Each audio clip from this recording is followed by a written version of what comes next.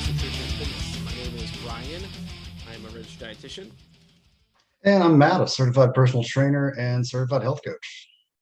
And Matt and I make up Franchise Nutrition and Fitness. You can find us at franchisenutritionandfitness.com. Head on down to the bottom of the page, sign up for your free meet and greet to get started today. Otherwise, you could also send us a question or send us some comments. We're happy to answer you as quickly as we can. Again, that's franchisenutritionandfitness.com. So I'm not sure what episode we're on. I think it's 7. Sure, let's go with that. That's 7, good lucky number. Yeah, let's say 7. It could be 7. It could be like 77. We've recorded a lot of these things. I'm not really sure, but either way, what are we talking about today, Matt? So today we're talking about goal setting. Specifically, what SMART goal setting means. Yeah, that's a fun adjective, or not adjective. Sorry, Wrong A word. Acronym. acronym. But it So could. you're not good with numbers today. You're not good with words today. So we're off to a rousing start. So It does apply as an adjective because it is a SMART goal. this is true. Okay, so true. All right. All right, stick my foot in my mouth. All right, cool. Come on, I thought you're the one that's good at English. But either way, what does the SMART acronym stand for? So it's specific, it's measurable.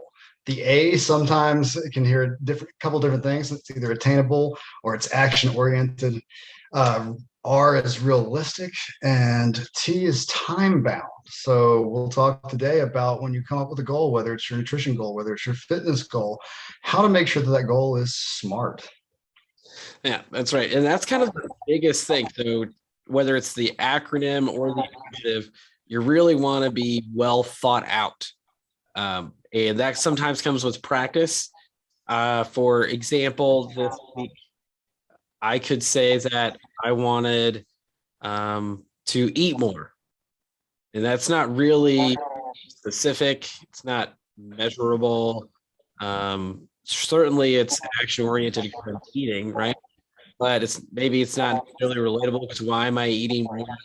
And the timely part, I said this week at the beginning, but if my goal is just to eat more when, eat more at what time, and that's kind of the bigger thing when we're thinking about making sure that these goals are SMART, because you need to have an endpoint where you can go back and say, did I achieve set goal? Yeah, that measurable one is components. So such a big thing because you have to know if you achieved it or not. Like you said, if you want to eat more, or oftentimes you'll hear people say, I want to be healthier. How do I measure that? I want to be more fit. I want to feel better. I can't measure that. We can't do an assessment and then 6 weeks later do another assessment. Like I had a client one time that she told me she wanted to jiggle less. Great goal, but how do I measure that? I don't have testing to do that. Like we can jump up and down, and when you stop jiggling in a less time, maybe we can assess that. But there's much better ways to assess a better body fat percentage than jiggle less. Yeah, that's right. Hey, I think a lot of people want to do less in specific areas. So that Absolutely. thinking about specific things when we're looking at a goal for fitness, sometimes that's a little bit easier to think about than a nutrition goal. Absolutely. They're both relatable. So you could say that you want to hit a certain target on a certain lift by a certain time. But even if you're doing that, if you don't have your nutrition dialed in along with it, you may not be able to achieve that specific goal. Very much so. And I like to start out with that goal setting, starting out with the vague goal, asking people or asking myself, what's my goal? And like you said, it may be to eat more, it may be to lift more. Okay, well, what's that look like to me? And then we start kind of going through with that SMART and seeing what that looks like. Because those vague goals are so hard to focus on. But when we hone in on it, boom, you got a plan of attack right there. We previously talked about on a previous episode. You can go back and check them out on whatever your favorite podcast provider is. But one of the things we talked about was setting up some plans and what does it look like to be a novice versus intermediate versus an advanced, whether it's eater or athlete for your performance. And a lot of those markers for that can also apply to your SMART goals. So if we're thinking about a big goal long term, that's usually going to be 3 months or 6 months, and sometimes even a year if we're thinking about a long term goal.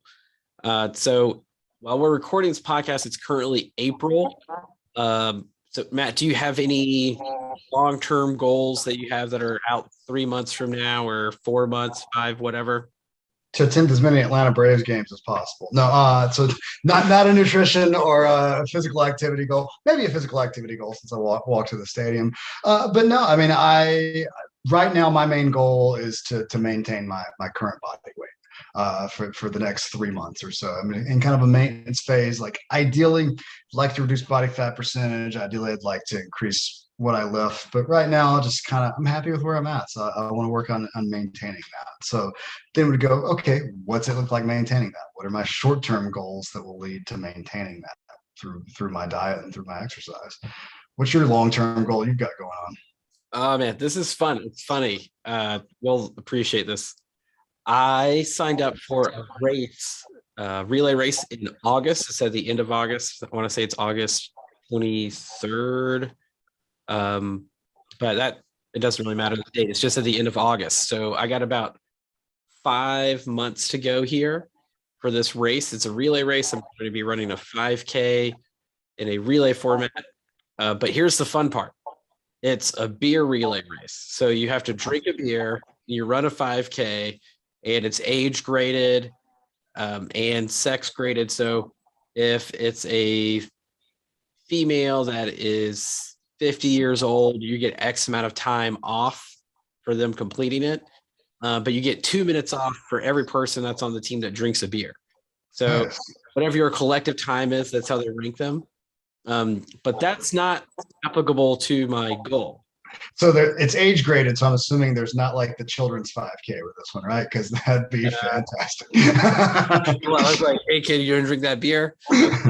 And I also have previously confirmed that if I drink 2, it does not count as 2. I can only have 1 that actually counts towards my team's total. So that's not fair.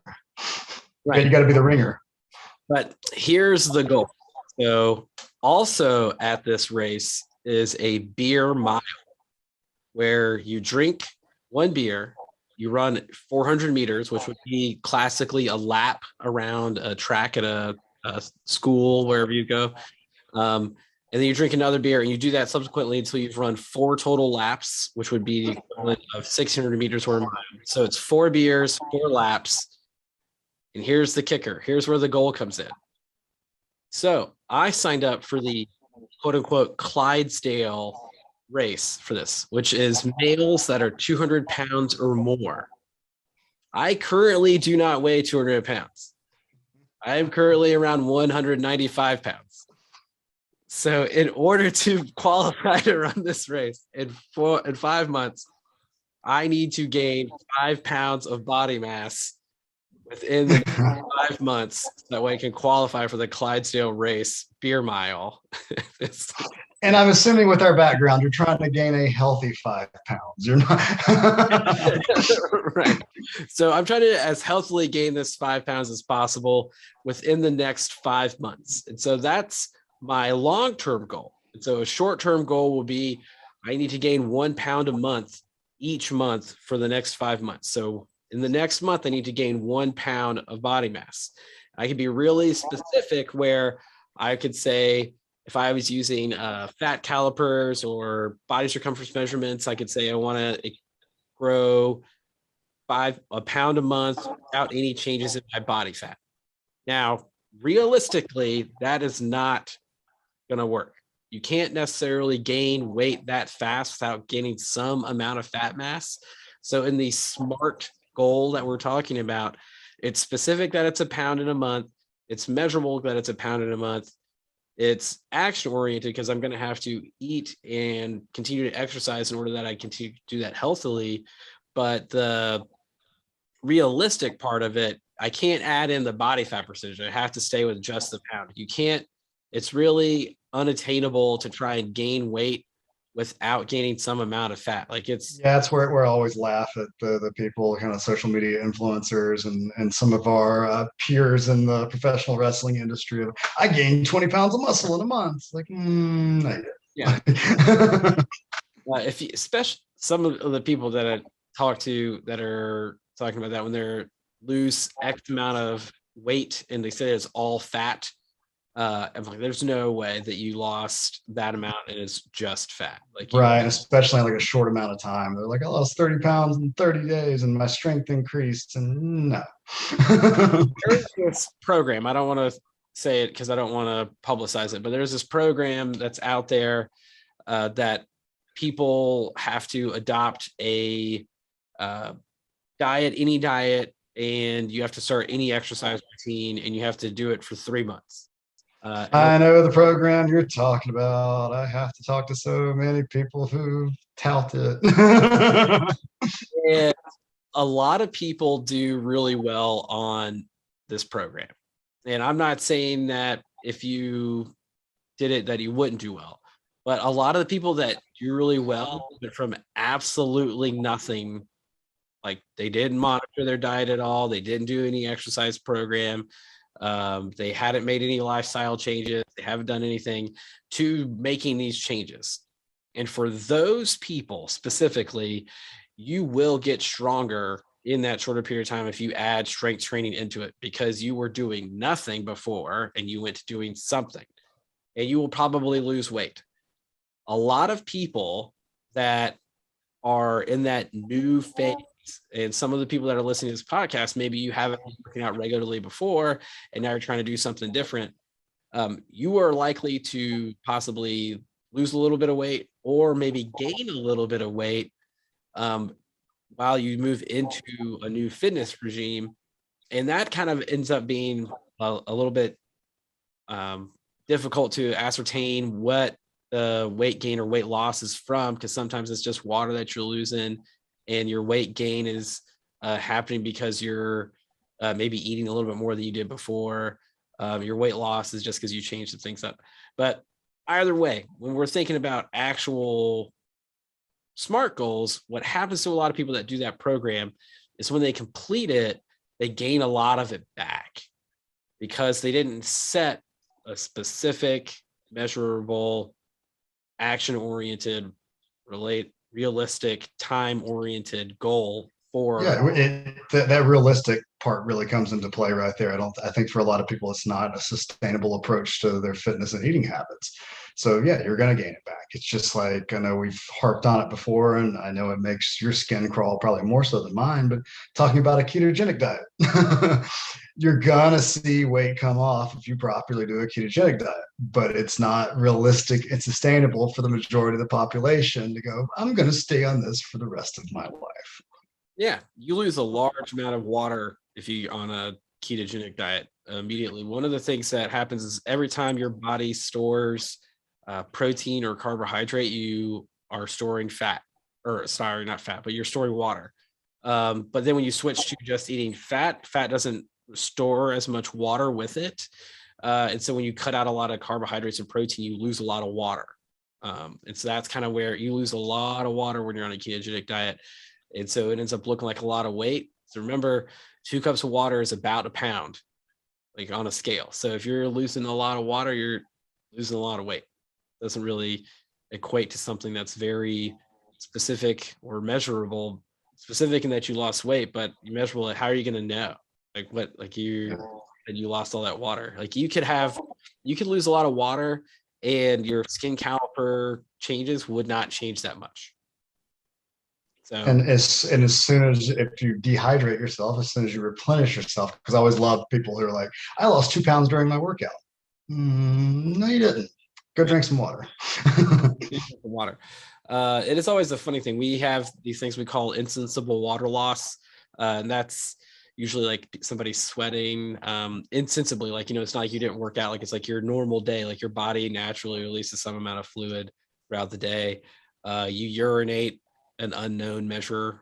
When you have a bowel movement, you lose some amount of fluid in there also. Like these are insensible losses. So you could go to sleep. You weigh yourself before you go to sleep. You go to sleep. You wake up. You haven't done anything. Weight's probably going to be different on the scale. Haven't even moved. You haven't even gone to the bathroom or anything. Weight's going to be different. Go to the bathroom, do your normal routine. It's going to be different again. Like, excuse me. And so that's kind of the bigger thing with it. When we're thinking about making smart goals, you really got to be mindful of those things. So for back to the goal that I was talking about earlier, I got to gain 1 pound a month. So I need to gain 1 pound a month per my home scale. Every Monday, I will weigh myself to see that I'm tracking in that direction.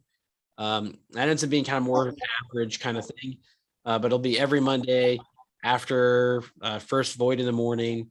And so that way I can see what the measures are across that week time. So from this coming Monday until the end of the month, I'll update you guys along the podcast. It'll be fun to see where it goes. But it'll especially be fun to see how good is my beer mile in a month from Yeah, that's what I'm impressed with. Yeah, with the 5 pounds packed on, and then 4 beers. So I like those numbers, and I like the approach you have with the testing component of that. You're making sure that it's a valid way that you're assessing your weight gain. You're weighing at the same time with the same parameters every week.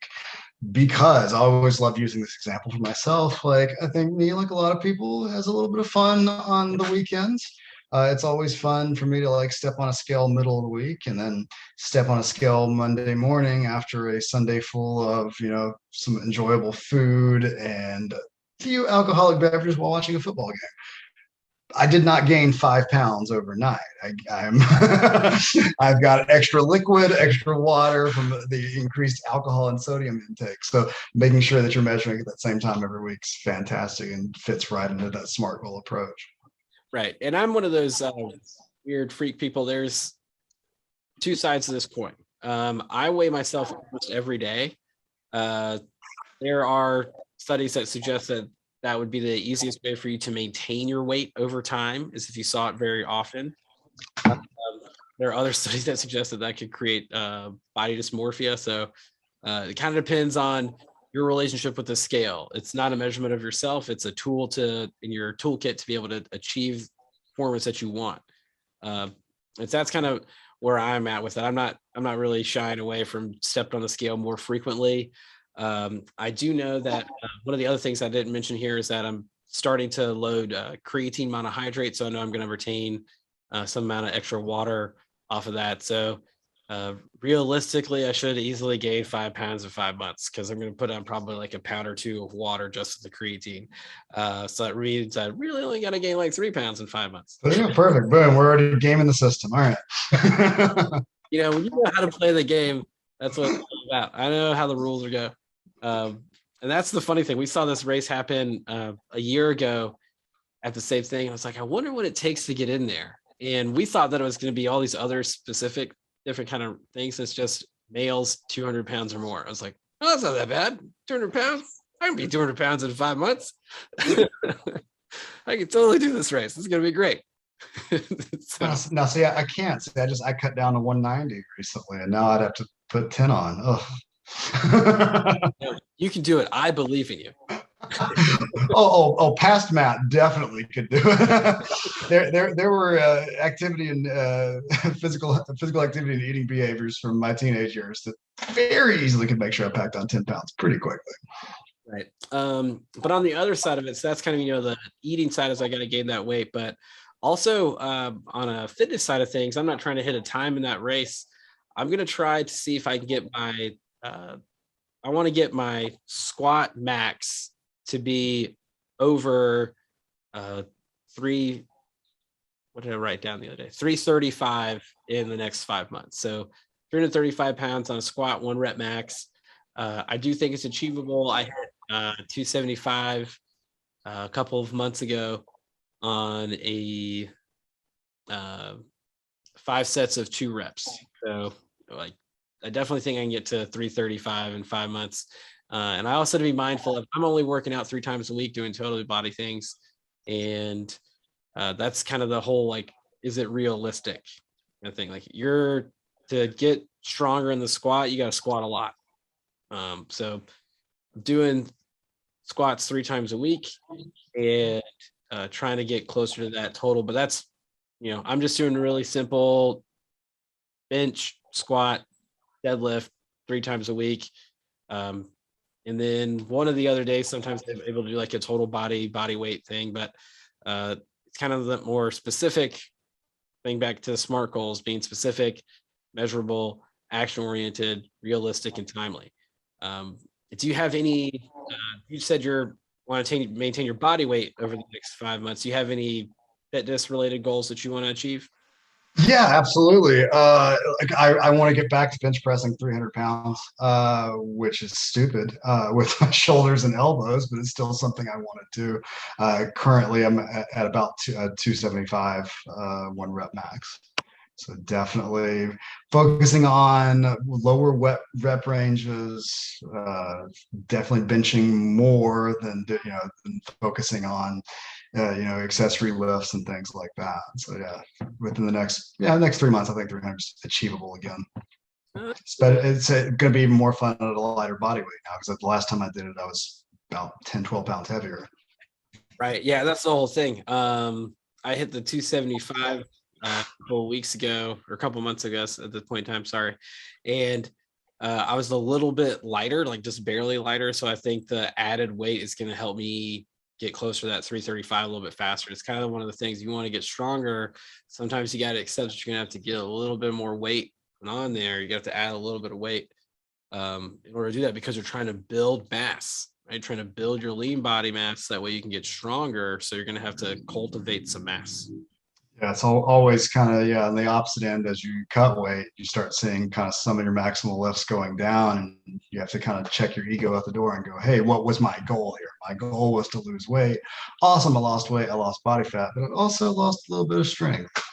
Yeah, so that doesn't happen to everybody. Sometimes you're able to maintain it, but the realistic thing is that it's probably not going to get stronger. Absolutely. No, yeah. Again, going back to the people on social media, they're like, I've cut so much weight and my bench press is up 40 pounds. Like, that's weird. I mean, that's impressive. Some people can do that, but some people in that are usually people that are completely fresh. Like, they literally have not even done anything. Absolutely. Like, I haven't done shoulder press in maybe a month or so, maybe a little bit longer than that. If I went in there right now and I did shoulder press, I could probably do X weight. And if I worked on it for 4 weeks, it would be way higher in 4 weeks, just because I haven't been doing it. So your body gets used to that stimulus. It gets a lot better at doing it. Absolutely. It's just like when I started back squatting a year ago this week, had knee surgery, and so was not able to do any squatting for several weeks. Start back squatting. You've seen the muscle atrophy. You're having to take it slow in a rehabilitation program, and then a few weeks later, you're like, oh, I'm exponentially stronger. So yeah, you again kind of game the system if you're wanting to statistically go, look at me, I put on 60 pounds of my squat in a week. Right. Yeah. And that's the whole thing. So thinking about it, we were thinking about long terms and term goals, and then breaking them down to shorter terms. If you want to get better, but healthily, you might need to be very realistic with your expectations and be mindful of that progression as you're getting stronger. You, at some point in time, and we're going to talk about this in a future episode, but at some point in time, you cannot continue to linearly progress through a lift. And you have to think about other ways to get that progressive overload. There's some other ways to do that. And we'll talk about that in another episode down the road. But really, if any of you out there listening to this right now, what are your goals? What are the SMART goals that you have? Go ahead, head over to franchisenutritionandfitness.com and send us those goals. Tell us what it is that you're looking for. Or while you're there, go ahead and sign up for your free meet and greet. So again, today we're talking about SMART goals. You can find us in these podcasts. Share it with your friends. Let everybody know. This is Franchise Nutrition and Fitness Podcast. Maximize every bite, maximize every rep.